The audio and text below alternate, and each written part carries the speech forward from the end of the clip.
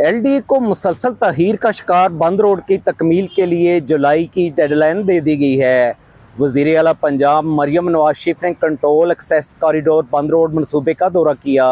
वज़ीर आला मरियम नवाज शरीफ ने सगिया इंटरचेंज से बाबू साबू तक सर्विस रोड का खुद जायज़ा लिया। मरियम नवाज ने एलिवेटेड बंद रोड का भी मुआयना किया। वज़ीर आला मरियम नवाज शरीफ ने बंद रोड प्रोजेक्ट की जल्द तकमील का हुक्म दिया है। वज़ीर आला मरियम नवाज शरीफ ने एलडीए को बंद रोड प्रोजेक्ट की तकमील के लिए जुलाई की डेडलाइन दे दी है। मरियम नवाज शरीफ ने कहा है कि कंट्रोल एक्सेस बंद रोड की साथ साथ सर्विस रोड की वजह से आवाम को दरपेश मसाइल का फौरी तदारक ज़रूरी है।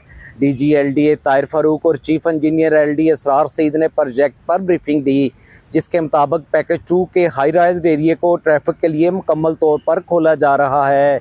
इस मौके पे MPA Sania Ashiq, chief secretary Zahid Akhtar Zaman, principal secretary Sajid Zafar Dal, LDA के हकाम भी मौजूद थे।